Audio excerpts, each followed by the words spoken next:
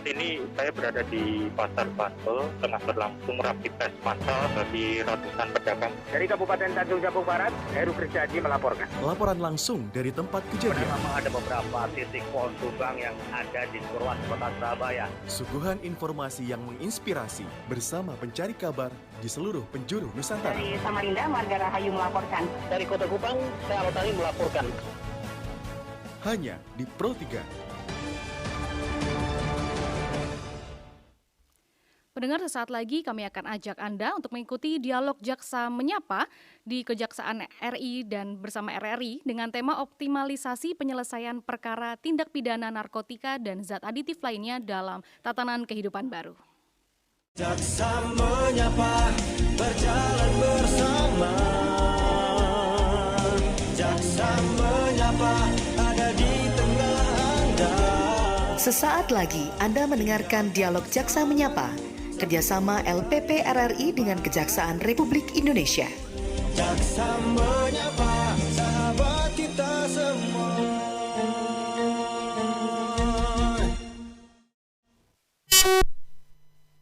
Ya, pendengar, kami siarkan langsung dari gedung Jaksa Agung Muda Tindak Pidana Umum di Kejaksaan Agung Republik Indonesia di wilayah Jakarta Selatan. Dialog Jaksa Menyapa hari ini bersama saya Puspita Ayu.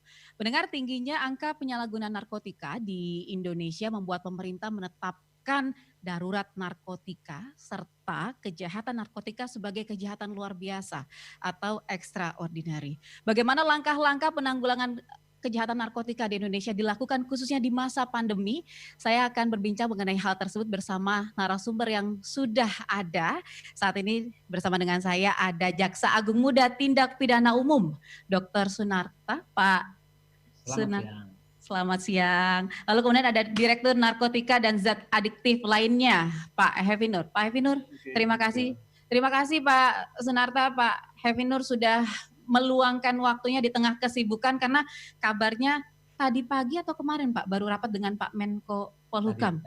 Tadi pagi ya, tapi ini bicara soal kebakaran hutan. Nah, kalau bicara soal narkotika tadi pagi juga ada kegiatan yang cukup besar, pemusnahan, bisa digunakan mungkin Pak, pemusnahan 1,2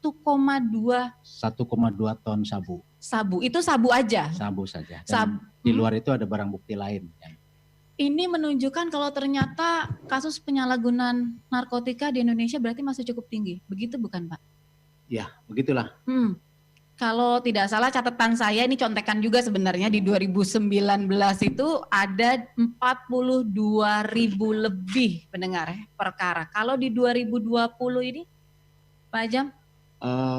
Untuk 2020 sampai Juni ini sudah ada 23.000 lebih di Indonesia. Khusus untuk narkotika. Khusus untuk narkotika sudah 23.000 lebih. Berarti sudah hampir separuh. Sudah lebih Mas? Separuh. Sudah separuh ya. Separuh. Jangan, mudah-mudahan tentunya harapannya adalah kasus narkotika tidak semakin meningkat dari tahun ke tahun ya Pak. Mudah-mudahan. Pandemi ngaruh nggak sih Pak?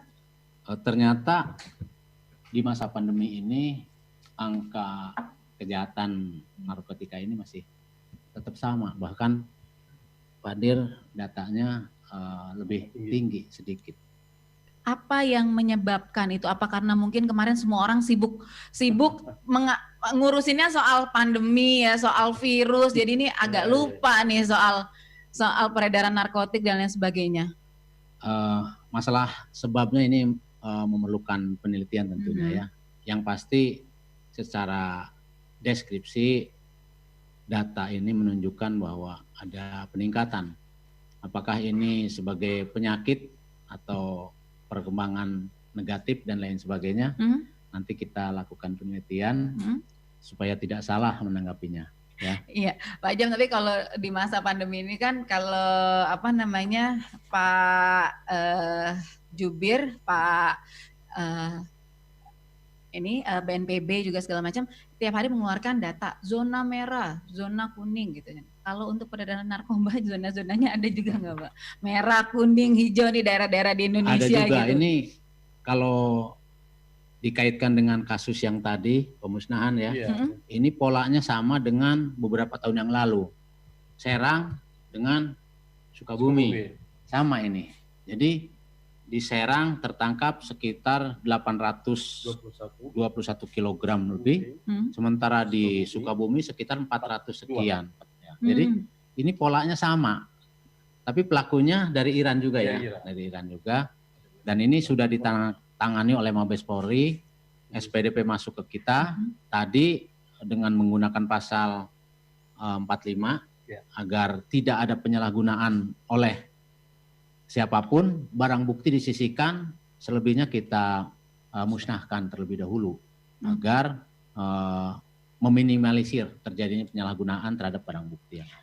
Baik, ini sebelum kita lanjut Pak Jam, Pak Dir, saya juga mau mengajak pendengar, jadi untuk Anda yang menyimak siaran kami juga melalui layar RRI.net, atau juga Anda yang mendengarkan siaran kami melalui jaringan Pro 3 RRI di seluruh Indonesia, saya ajak Anda untuk bergabung di Dialog Jaksa Menyapa. Kali ini tema kita adalah optimalisasi penyelesaian perkara tindak pidana narkotika dan zat adiktif lainnya di era new normal. Anda bisa bergabung melalui line telepon 021 384 4545 atau di 021 386 6712, atau Anda juga bisa sampaikan melalui WhatsApp sejak saat ini ya di 081 399 399 8-nya 3 kali, 081 399 399 888. Pak Jam, kalau kemarin kami sudah keliling di Jampitsus sudah, lalu juga sudah sempat ke beberapa tempat yang lain, sekarang di pidana umum, yang termasuk sebenarnya kasus-kasus yang ditangani oleh tindak pidana umum itu apa saja sih Pak selain narkotika ini memangnya? Terima kasih. Sesuai dengan direktorat yang ada di Jampidum, yang pertama direktorat narkotika dan zat aditif lainnya itu tentang perkara-perkara narkotika. Yeah. Kemudian ada juga direktorat orang dan harta benda, OHARDA namanya. Itu kejahatan-kejahatan yang dilakukan terhadap orang dan harta benda, pencurian, penggelapan, penipuan dan lain sebagainya itu. Kemudian ada juga tindak pidana terhadap keamanan negara, Kamtipum dan TPWL lainnya. Di sini misalnya perkara-perkara perbankan dan lain sebagainya, kehutanan, perikanan, di situ semua ada. Iya. Bahkan kalau di inventarisir ada lebih dari 200 sekian undang-undang yang ada pidananya ditangani di bidang TPWL itu. Sehingga ini sangat banyak sekali. Kemudian yang terakhir di sini ada juga direktorat teroris dan kejahatan lintas negara. Ini termasuk perdagangan manusia ya. Orang. Ya. Jadi dengan demikian maka Pidum banyak sekali tindak pidana yang ditanganinya, yang disidik oleh penyidik dari Mabes Polri, dari BNN, BNPT, PPNS Kehutanan ataupun PNS pegawai sipil lainnya yang memang merupakan kewenangannya sesuai dengan undang-undang yang tadi saya sebutkan banyak. Maka tadi. Komunikasi dan koordinasinya dengan lembaga-lembaga itu harus. Bahwa kita sebagai penuntut umum itu selain secara formal ada SPDP, ada berkas dan lain sebagainya, juga komunikasi itu selalu kita jalin dengan semua penyidik yang ada yang menangani perkara itu. Kenapa diperlukan? Karena keberhasilan penanganan perkara dimulai dari berkas yang diselesaikan oleh kawan-kawan penyidik. Berkasnya sempurna, penuntutannya akan sempurna juga dan itu akan sukses istilahnya dalam pengertian sukses penuntutan. Sehingga ini merupakan satu kesatuan integrated criminal justice system. Jadi satu kesatuan yang harus menyatu semuanya. Suksesinya nanti di situ ya Pak ya. Betul ya. Tidak hanya tergantung karena jaksanya saja, karena penyidiknya saja, tidak. Tapi merupakan satu kesatuan utuh yang harus saling membantu dan terpadu semuanya. Nanti saya mau tanya soal penuntutan itu karena pasti banyak sekali kalau kita bicara soal kasus narkotika itu orang akan gemes biasanya. Ih kok dihukumnya cuma segini, atau kemarin perasaan udah dituntutnya mati deh tapi kok nggak dapat hukuman mati ya gitu. Hukumannya ternyata cuma sekian. Nah nanti saya akan tanyakan ke Pak Jam juga Pak Dir. Apa sih sebenarnya kendalanya begitu. Tapi kita ingat Pak beberapa hari yang lalu 26 Juni ya. Kalau tidak salah itu hari anti narkotika internasional. Tapi berapa hari terakhir kita malah mendengar banyak sekali kabar soal penyalahgunaan narkotika khususnya di kalangan selebritis, begitu di kalangan artis ya. Nah, ini sebenarnya Pak kelompok yang paling rentan apalagi di Indonesia dengan kondisi ini untuk penyalahgunaan narkotika itu di kalangan atau di kelompok masyarakat yang mana sih Pak kalau berdasarkan kasusnya atau yang selama ini sudah ditangani oleh kejaksaan? Kalau ditanyakan kelompok mana, tentu semua kelompok ada, tergantung manusianya. Ini artis juga kan banyak sekali yang menggunakan itu, tapi tidak semua artis ya. Tidak semua artis. Jadi mungkin banyak juga yang mengatakan bahwa karena kejenuhan dalam melaksanakan pekerjaannya sehingga lari ke zat yang dilarang ini. Demikian juga tidak hanya artis, yang lain pun banyak. Jadi itu tidak bisa digeneralisir bahwa kelompok inilah yang banyak, tidak bisa. Hanya memang semua kalangan bahkan pelajar pun ada. Makanya hati-hati orang tua dan para guru untuk mengawasi anak-anak kita semua. Karena intinya bahwa peredaran narkotika ini akan merusak generasi muda kita. Ya. Makanya pertimbangan saya kenapa di sini banyak juga yang dihukum mati, karena hitung-hitungannya 1 gram itu bisa merusak 5 orang. 1 gram aja. 1 gram. Berarti kalau 1 kilo sudah kali 1.000, 5.000 orang. Ini kalau 1,2 ton jadinya berapa? Berapa orang yang rusak? Daripada rusak yang sekian juta orang, berarti mending menghukum dia maksimal yang gitu. Maksimal. Gitu. Itu kalau buat bandarnya. Ya.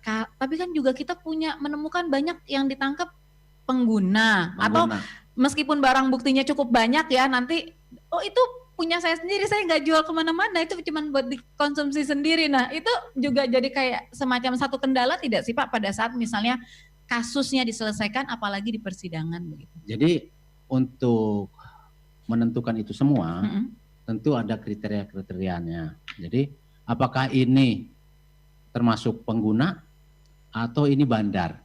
Itu kita kasuistis itu sifatnya. Kalau misalnya ngaku pengguna tapi barangnya sekian ratus gram kan tidak masuk akal juga. Emang mau dipakai berapa tahun gitu kan, segitu kilo ngaku pengguna. Kita pakai logika saja. Jadi kalau emang untuk digunakan sendiri biasanya hanya 0, sekian gram. Jadi yang barang buktinya sedikit, sehingga nanti dalam penerapan pasal pun kalau untuk yang pengguna tentu pasal 127 gitu. Kalau bandar kan 112, 114, 113 yang ancamannya memang sudah jelas ya. Jadi ini semua tentu kasuistis lah, tidak bisa digeneralisir juga. Mungkin Bu. Jadi kalau bicara soal pemberantasan narkoba, orang pasti akan selalu nanti menudingnya begini, penegakan hukumnya sih nggak tegas, makanya bandarnya masih banyak, makanya peredaran narkobanya masih tinggi, begitu bukan Pak Ajat? Ya, enggak juga.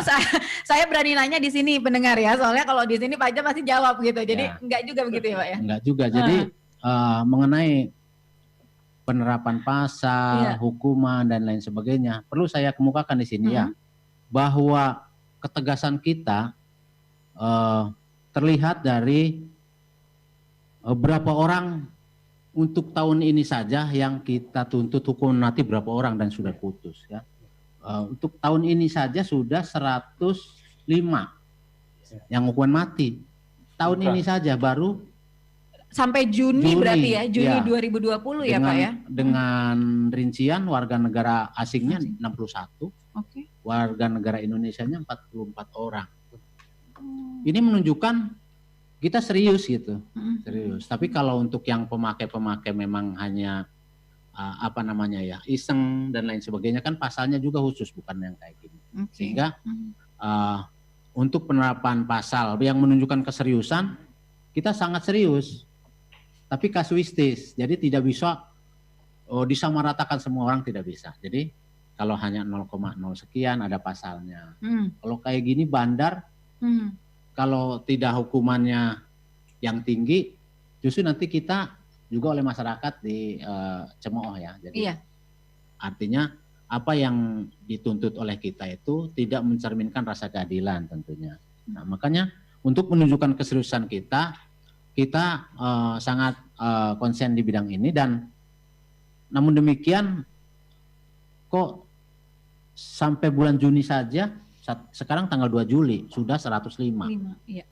Bahkan tadi saya baru marap persetujuan untuk seumur hidup 4 orang hari ini, sudah 4 orang. Hari ini 4 orang. Jadi kalau semua hukum mati semua, sementara yang tahun lalu saja yang belum terlaksana masih banyak. Data masih banyak, sekitar 200-an yang nunggu eksekusi. Dan itu kenapa juga belum dieksekusi, tentu tidak segampang itu karena menyangkut nyawa orang ya.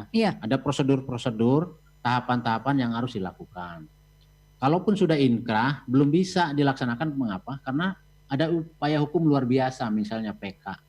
Diberi kesempatan dulu yang bersangkutan untuk PK, diberi kesempatan kalau PK pun sudah turun untuk grasi.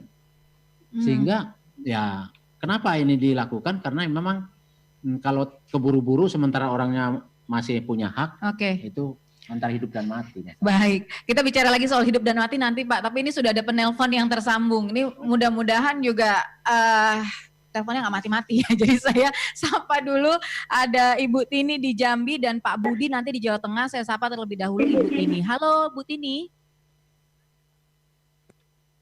Iya Bu Tini, selamat siang. Assalamualaikum. Waalaikumsalam. Halo. Silakan. Iya Bu.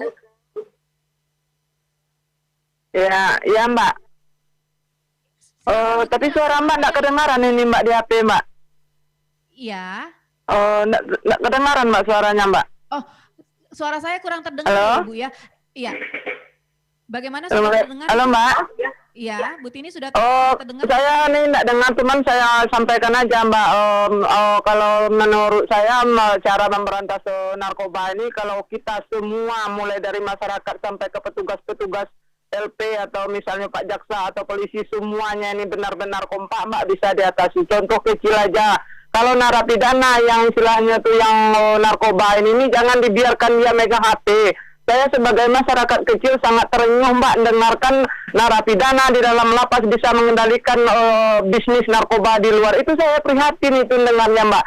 Apa sebabnya narapidana yang di dalam tuh kok bisa megang HP gitu, mbok dirazia atau mungkin ada kongkang-likong dengan penjaga, itu kan kita nggak paham tuh Mbak.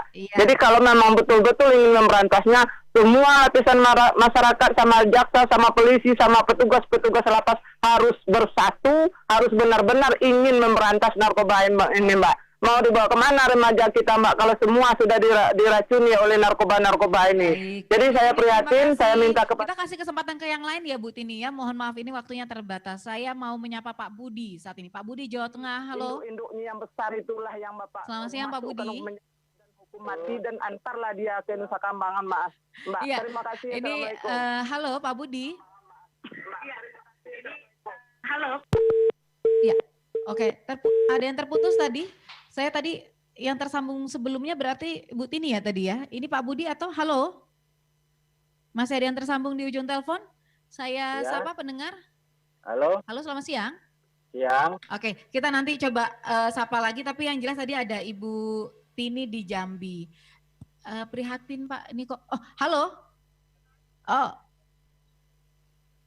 Halo. Oke. Iya, nanti coba kita sambungkan lagi, tapi yang jelas tadi mungkin bisa ditanggapi dulu Pak Jam. Ini kok bisa pegang HP, bisa mengendalikan peredaran narkoba dari dalam lapas. Ini. Oke, terima kasih ya. Jadi menjawab ini harus hati-hati ini, sebab jangan sampai menyalahkan orang lain. Iya. Jadi pada intinya kalau sudah napi itu sudah kewenangan penuh ada di pihak lapas ya. Jadi namun demikian sering kepolisian sama-sama juga merazia itu semua. Tujuannya adalah agar memang apa yang dikhawatirkan oleh Bu Tini ini tidak terjadi. Karena memang pengalaman dan banyak di tempat terjadi bahwa napi-napi ini mengendalikan peredaran dari dalam lapas. Contohnya kemarin yang sudah dieksekusi Budiman, siapa namanya? Ya, udah dieksekusi. Itu bisa mengendalikan dari dalam lapas. Tapi alhamdulillah yang bersangkutan sudah dijatuhi hukuman mati dan sudah dieksekusi tahun lalu yang terakhir ya. Jadi sama kita juga khawatir bahwa apabila dibiarkan maka generasi kita yang rusak. Sehingga itu semua kita sepakat, semua sama. Hanya memang di sini bahwa kalau sudah jadi napi merupakan kewenangan dari lapas, namun demikian kita sama-sama mengawasinya. Barangkali itu, Bu.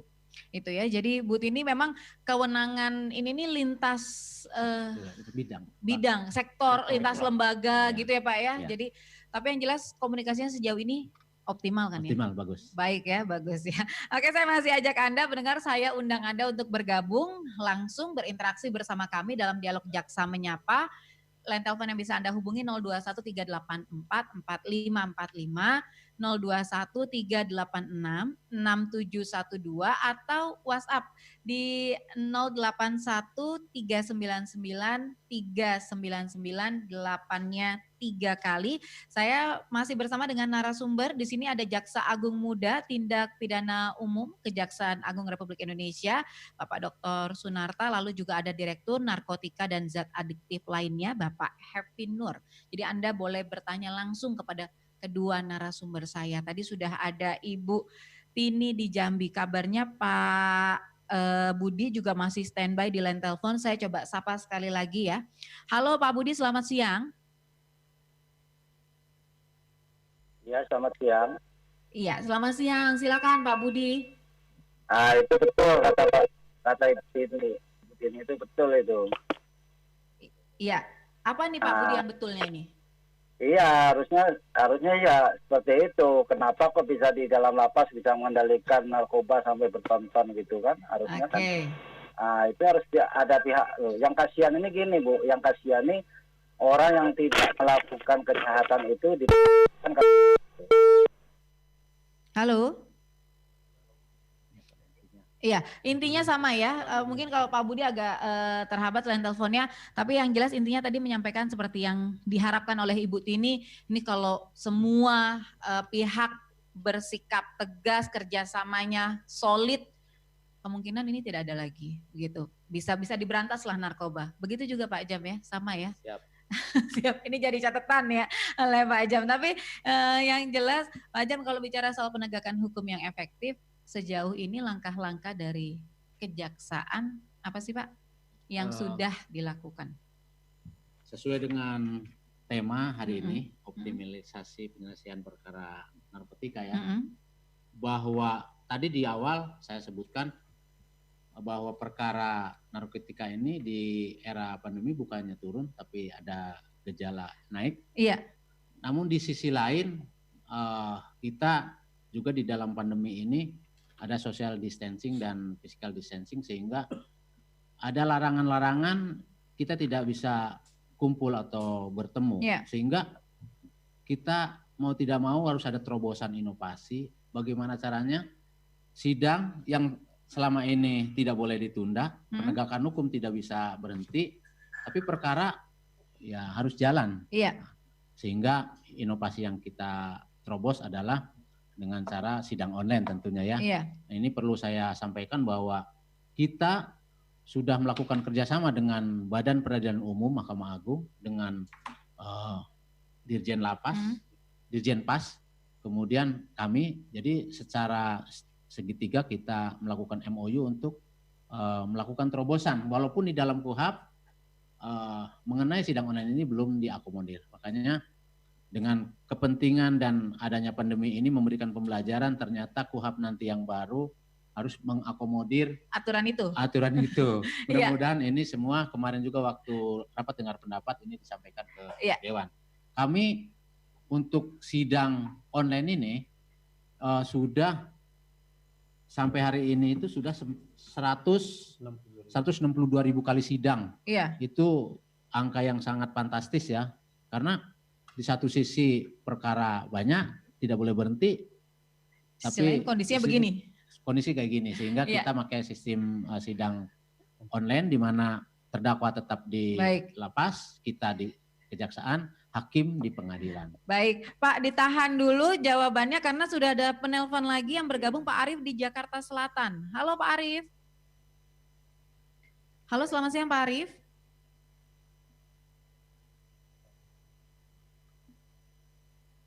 Halo. Sudah terputus mungkin ya Pak Arief, nanti kalau masih ada pertanyaan yang disampaikan boleh menghubungi kami kembali atau bisa mengirimkan lewat WhatsApp. Ini langsung saya sapa beberapa pendengar yang juga sudah mengirimkan tanggapan dan pertanyaan lewat WhatsApp ya Pak. Selamat siang Pak Jaksa Agung, Pak Dir, saya sebagai warga Kecamatan Mentaya Hilir Selatan, Kabupaten Kota Waringin Timur, Provinsi Kalimantan Tengah. Ini banyak sekali transaksi jual beli narkoba maupun sabu di sini. Yang saya pertanyakan, kemana aparat penegak hukumnya? Masyarakat sudah tahu kok siapa saja yang seringkali melakukan transaksi, tapi belum ada penegakan. Lalu, ayolah Pak Jaksa, kita harus tegas nih pada bandar, penjual dan pengedar narkotika karena berdampak buruk bagi kehidupan sehari-hari. Itu tanggapan yang lain. Yang lain juga ada Pak Andi Julianto di Kalimantan Tengah. Saya mendukung penuh jika Kejaksaan Agung mau tegas. Lalu ada juga Pak Budi di Batang, Jawa Tengah. Dihukum mati aja para pidana narkoba ini biar jerah para pemakai dan pengedarnya. Jadi memang kayaknya masyarakat udah gemes ya Pak ya. Udah hukum mati aja gitu. Tapi saya mau tanya sebenarnya ke jaksanya pada saat memutuskan menuntut hukuman, apalagi hukuman mati. Susah Pak Dir atau Pak siapa Pak Jam boleh. Pak Dir, susah nggak Pak? Apa pakai ini dulu, puasa dulu, mungkin Senin Kemis, sholat istikharah dulu. Loh ini hidup dan mati seseorang kan tadi katanya. Sulit itu tidak Pak atau gimana Pak? Silakan. Selamat siang pendengar semuanya, kemudian juga pemirsa dan kita yang berada semua di sini. Kalau terkait permasalahan apa yang ditanyakan oleh si Mbak tadi, apakah menuntut mati atau hidup dan lain sebagainya, ya kita sudah ada di sini rambu-rambu yang harus kita lakukan gitu ya. Ya untuk yang terkait di Kejaksaan Agung saja, penanganan perkara yang terkait dengan hukuman tuntutan terhadap seumur hidup dan mati itu di Kejaksaan Agung. Tetapi yang lainnya itu berasal di Kejaksaan Negeri setempat gitu ya. Jadi kalau penanganan daripada seumur hidup atau mati tersebut tentunya ada jenjang yang harus kita lalui. Saya dengan kasubdit saya pasti berkoordinasi dulu melihat daripada apakah masuk daripada rencana tuntutan tersebut ring daripada apa yang telah digariskan oleh pimpinan kita atau tidak gitu. Jumlah daripada jumlah, kemudian juga apakah yang bersangkutan termasuk jaringan, banyak hal-hal yang harus yang kita lakukan tersebut. Terkait dengan masalah hukuman hidup dan mati, tentu dalam hal ini banyak pertimbangan yang kita lakukan. Ya, saya kadang-kadang berdiskusi dengan Pak Jam juga, Pak Jam juga mungkin berdiskusi dengan Pak Jaksa Agung. Nah, kita sampaikan dan kemudian turunlah hasil daripada apakah hidup atau mati yang bersangkutan. Tapi kalau sebagai ruatan gitu ya enggak lah, karena memang ada ukuran yang harus kita lakukan. Ikutin saja aturannya begitu ya Pak Dir ya. Tapi kalau Pak Jam tadi katanya sholat istikharah dulu loh. karena memang sesulit itu ternyata ya Pak ya. Tidak semudah itu memutuskan misalnya harus menghukum orang. Karena kan orang melihat saja begitu. Oh ini kok nggak dihukum mati aja sih gitu. Kok kenapa hukumannya hanya ini? Ternyata memang pertimbangannya cukup banyak dan harus detail. Begitu tidak Pak? Dalam memutuskan tuntutannya itu. Iya. Tadi sampaikan Pak Dir, memang betul ada tahapan-tahapan yang harus dilakukan. Kemudian selain itu juga kita punya surat edaran tentang pedoman tuntutan yang harus diikuti. Sehingga untuk sampai kepada berapa seorang untuk dituntut, itu tahapannya diikutin semua.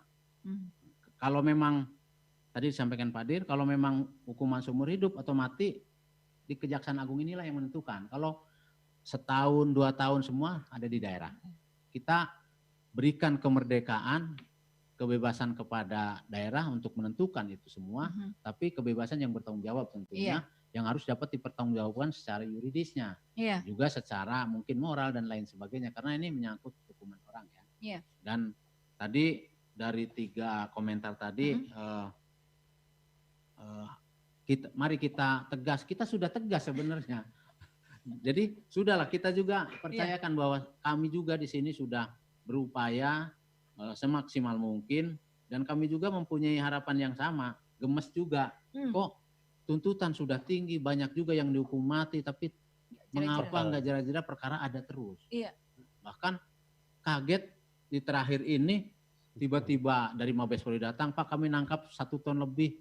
Kaget kita, 1 ton lebih itu bukan pasir tapi sabu. Jadi bagaimana coba? 1 ton, 1,2 ton sabu. Iya. Belum di luar itu ada ganjanya dan sebagainya. Ekstasinya juga ada sekian ribu. Jadi, kalau semen bisa bangun rumah ya Pak ya, kalau sabu bisa jadi nggak kok bisa soalnya. Kita sudah tegas, tapi apakah ini gejala apa yang ada secara psikologis? Baik, ya. Pak Jam ditahan lagi, sudah ada Pak Suto di Kalimantan Barat. Halo Pak Suto. Assalamualaikum. Waalaikumsalam warahmatullahi wabarakatuh. Silakan Pak Suto. Ini dengan Pak Jaksa Agung. Iya, dengan Pak Jaksa Agung Muda, tindak pidana umum. Oke. Selamat sore Pak. Sore Pak. Selamat sore Pak. Sore. Ya mudah-mudahan selalu sehat walafiat Pak. Amin, amin, amin. Ya, jadi gini Pak. Yang pertama, bagaimana apabila pelanggaran narkoba ini melibatkan aparat penegak hukum? Yang pertama. Yang kedua, di masa pandemi ini Pak, tingkat depresi seseorang itu semakin tinggi Pak. Tidak bisa kemana-mana, kemudian juga tidak bisa refreshing. Jadi saya rasa penggunaan narkoba justru semakin tinggi. Maka dari itu diperlukan tindakan yang ekstra ekstra keras, ekstra kuat agar supaya peredaran narkoba ini bisa ditekan serendah-rendahnya. Demikian, selamat sore. Oke, baik. Kita angkat lagi satu penelpon lagi, Pak Lulu di Bogor. Halo Pak Lulu. Halo. Pak Lulu. Silakan Pak Lulu. Masih tersambung Pak Lulu? Putus? Oke. Baik, satu WhatsApp ini saya tambahkan saja Pak sekalian untuk Pak Jam. Untuk tembakau gorila ini masuk kategori narkotika bukan tanaman atau bentuk tanaman. Karena masih banyak perbedaan pasal dalam praktek di persidangan. Karena belum ada aturannya. Pertanyaannya dari Ibu Riri di Sumedang. Gitu. Nanti mungkin bisa dijawab lebih teknis dengan Pak Adir, tapi saya minta Pak Jam dulu untuk menanggapi tadi Pak yang disampaikan oleh Pak Suto di Kalimantan Barat. Silakan. Terima kasih Pak Suto. Selamat sore. Mengenai pelanggaran penyalahgunaan narkotika yang dilakukan oleh aparat penegak hukum, tentunya kita tidak membeda-bedakan. Ya. Sama, bahkan itu merupakan alasan pemberat jadinya. Nah, jadi istilahnya dalam menuntut itu ada hal-hal yang memberatkan dan meringankan. Jadi nanti justru aparat penegak hukum itu jadi alasan untuk yang memberatkan bagi yang bersangkutan. Mengapa? Seharusnya dia yang menangani, malah dia yang melanggar. Jadi sehingga itu kita lakukan, tidak ada tebang pilih, tidak akan dibeda-bedakan, justru akan memperberat yang bersangkutan itu sendiri. Yeah. Kemudian di masa pandemi kami juga setuju ya bahwa memang di pandemi ini agak naik, mungkin memang adanya rasa depresi dan lain sebagainya, sehingga kita juga harus bijak dalam menangani ini, karena secara sosiologis juga dalam penanganan perkara itu tidak hanya yuridis, hukum dan lain sebagainya, tapi juga sosiologis, antropologis kita perhitungkan semua. Juga. Ya, sehingga keadilan yang dikehendaki mudah-mudahan bisa tercapai. Kemudian untuk tembakau gorila, monggo Pak Dir. Pak Dir ditahan dulu, nanti saya kasih kesempatan Pak Dir karena sudah ada yang menunggu lagi di ujung telepon, ada Pak Andi di Ambon. Halo Pak Andi.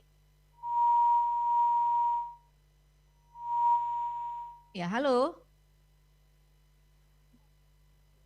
Terputus lagi. Oke, ini memang harus sabar kayaknya pendengar ya kalau Anda menghubungi kami lewat telepon begitu karena memang lainnya harus digunakan secara bergantian jadi mungkin menantinya agak lama Pak begitu. Jadi tadi makanya harus saya sapa. Oh, oke Pak Lulu di Bogor ini masih ada, masih kembali tersambung. Saya coba sapa lagi Pak Lulu. Selamat siang Bu. Halo. Selamat siang. Iya, selamat siang. Silakan Pak Lulu. Selamat siang Pak. Pak, saya tahu Pak. Yang Pak Lulu. Jaksa itu kan sebagai eksekutor putusan pengadilan. Terus waktu keluar keputusan MK itu kan terpidana mati belum mengajukan PK lebih dari 1 kali. Ternyata itu digunakan oleh pengacaranya itu mengundur-undur, jadi nggak ada waktu yang terbatas itu. Jadi saya minta supaya Kejaksaan Agung menghubungi MA supaya memberi batas waktu PK berakhirnya kapan, jadi putusan hukuman mati itu bisa dilaksanakan. Soalnya sampai sekarang kan masih banyak terpidana mati yang belum dieksekusi itu Pak. Terima kasih. Oke, iya Pak Mapoli dari Ambon juga sudah bergabung. Halo Pak Mapoli. Halo. Ya, selamat sore Mbak. Ya, selamat sore waktu Ambon. Silakan Halo. Pak. Selamat sore Pro 3. Ya, selamat sore Pak Mapoli, silakan. Pak narasumber yang saya hormati. Pertama saya begini Pak, kalau kita berbicara optimalisasi penyelesaian kasus narkoba, berarti kan kita bisa datang Pak. Artinya ada WNA dan ada WNI yang terlibat di narkoba. Nah, bagaimana kalau proses sidang itu yang terkait dengan warga negara asing? Yang kedua, ada tadi disinggung juga tentang dilimpahkan ke daerah yang hukumannya 1 tahun atau 2 tahun. Itu masalah narkoba apa saja Pak, Mbak? Jenis narkoba apa saja Bapak-bapak narasumber? Ya. Terima kasih, selamat sore. Ya, terima kasih Pak Mapoli. Nanti mungkin dibagi kalau ada yang bisa dijawab oleh Pak Dir, bisa dijawab oleh Pak Dir ya. Tapi Pak Jam dulu mungkin tadi Pak menanggapi Pak. Iya. Saya khusus menanggapi pertanyaan dari Pak Lulu yang di Bogor, nanti Pak Mapali biar Pak Direktur sekaligus dengan mengenai tembakau gorila. Iya. Memang untuk menanggapi Pak Lulu mengenai PK ini memang itu banyak modus juga. Saya adalah pelaku sejarah untuk eksekusi mati, Bu. Pak Lulu, bahwa memang pernah mengalami kita sudah di Nusa Kambangan untuk eksekusi, kemudian kita digugat dan lain sebagainya sehingga harus pulang dulu. Emang harus perlu kesabaran ya. Dan itu sekarang PK ini oleh putusan MK bisa 2 kali masalahnya itu. Jadi sehingga tidak dibatasi sehingga itulah menjadi kendala kita semua. Namun semua kalau kita komit semua, alhamdulillah seperti yang sudah-sudah. Kemudian PK sudah dilakukan, kemudian gerasi juga sudah dilakukan, maka kita tegas bahwa itu harus dilakukan eksekusi sehingga kita jalankan sebagaimana mestinya begitu ya. Dan untuk selanjutnya silakan Pak Dir. Ya, silakan Pak Dir. Terima kasih Pak Jam. Sebenarnya kita tidak membedakan antara WNA dan WNI. Berapapun yang diputuskan, berapapun objek daripada perkara tersebut, ya kita putuskan sesuai dengan berapa banyaknya yang harus diputuskan tersebut. Dalam hal ini seperti disampaikan oleh Pak Jambidum tadi, ada lebih kurang 100 orang yang harus inkrah, yang sudah inkrah hukuman mati ada 100. Tetapi yang itu masih ada catatan. Tetapi yang tidak punya catatan ada 14 orang aja yang bisa kita eksekusi. Tapi karena ada pandemi ini mungkin ada beberapa hal yang harus kita lakukan pengulangan atau pengunduran daripada hukuman mati tersebut. Itu yang Pak Poli. Jadi kesimpulannya yang WNA dan WNI kita tidak bedakan. Apakah yang bersangkutan warga negara asing atau warga Indonesia. Sama saja ya. Sama saja ya Pak. Sesuai karena aturan hukumannya sudah jelas ya. Sudah jelas. Jadi kalau untuk yang segini aturan hukumannya segini gitu ya dihukumnya. Jadi bukan karena dia WNI atau WNA. Sama aja. Tapi kalau yang polisi tadi Pak Kapolri saya sudah pesan harus hukum mati begitu. Kalau yang kena narkoba atau yang terkait dengan ini ya. Menjadi pemberat. Alasan pemberat. Kalau aparat justru menyalahgunakan narkotika itu sendiri. Oke, baik. Kami masih akan kembali lagi pendengar ya, jangan kemana-mana, tetap di Pro 3 RRI. Saya akan kembali selepas info atau kilas berita berikut ini, tetap di Pro 3 RRI. Kilas Berita. Badan Legislasi DPR RI melakukan rapat kerja bersama dengan Menteri Hukum dan HAM Yasona Laoly membahas evaluasi program legislasi nasional prioritas tahun 2020. Dalam rapat kerja tersebut, Balik DPR RI dan pemerintah melalui Kemenkumham sepakat untuk menarik rancangan undang-undang penghapusan kekerasan seksual dari prolegnas tahun 2020 dikarenakan masih menunggu pengesahan RUU Kitab Undang-Undang Hukum Pidana yang ada kaitannya dengan hal penjatuhan sanksi. Selengkapnya bisa Anda akses di rri.go.id.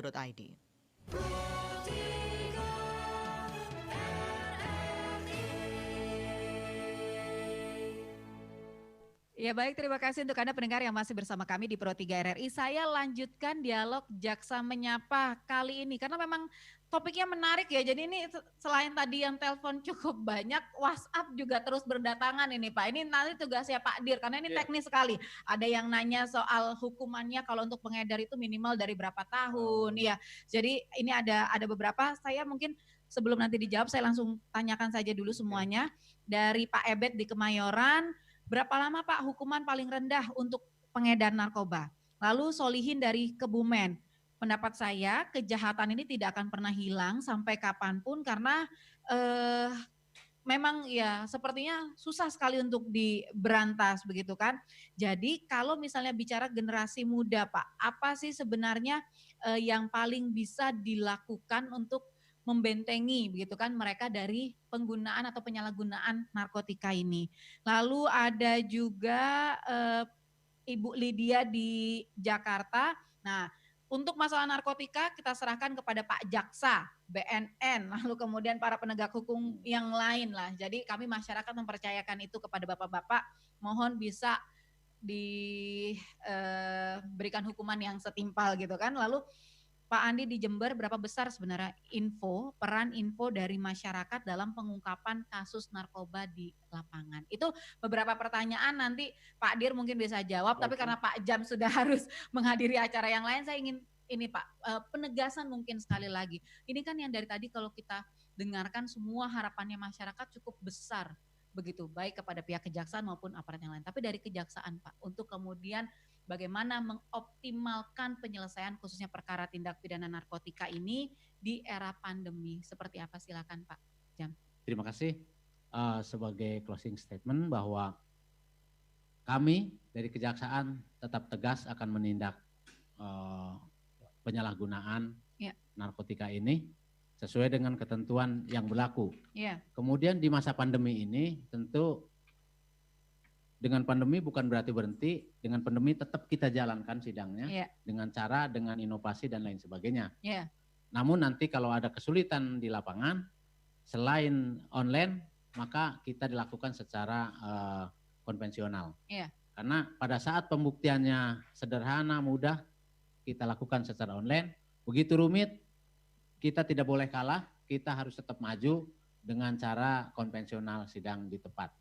Barangkali saya katakan bahwa semua jajaran kejaksaan komit dan tetap tegas untuk menangani penyalahgunaan narkotika ini. Baik, terima kasih Pak Sunarto sudah bersama dengan kami dalam dialog Jaksa Menyapa. Terima kasih juga untuk penegasannya. Ini dinantikan Pak sepak terjangnya lagi dari Kejaksaan untuk menyelesaikan berbagai kasus yang lain. Saya beralih sekarang dari Pak Jaksa Agung Muda Tindak Pidana Umum ke Direktur Narkotika dan Zat Adiktif lainnya Pak Hefi Nur. Pak Hefi Nur, kalau hukuman minimum untuk pengedar memang dari berapa sampai berapa atau minimumnya berapa Pak?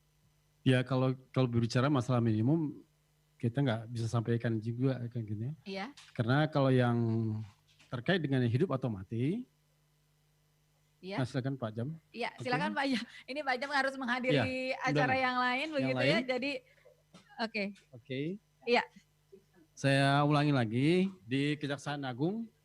Iya, silakan. Di Kejaksaan Agung kita menangani perkara yang hidup dan mati saja. Kemudian kalau untuk di daerah yang minimal itu biasanya 4 tahun kita lakukan. Yang minimal 4 tahun. Ya.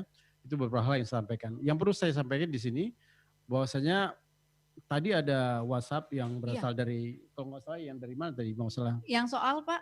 Yang soal masalah yang dicoba-coba masalah narkotika itu kan sudah generasi muda gitu ya. Iya, generasi muda, betul. Saya ada Ibu Lydia itu. Yang paling penting sekali dari rumah yang harus kita lakukan dulu. Yang pertama, jangan pernah kita coba sekalipun apa itu narkoba. Karena sekali mencoba pasti akan ketagihan berikutnya gitu. Itu ya Pak ya. Benteng awal memang dari keluarga di rumah ya. Pak, satu penelpon terakhir ini yang bisa kita jawab ya Pak ya. Pak Alfred di Malang, saya sapa dulu. Pak Alfred, halo. Halo, selamat sore semua. Halo Pak Alfred, masih tersambung? Halo? Iya, halo, silakan Pak. Halo, selamat sore. Selamat sore, silakan Pak Alfred.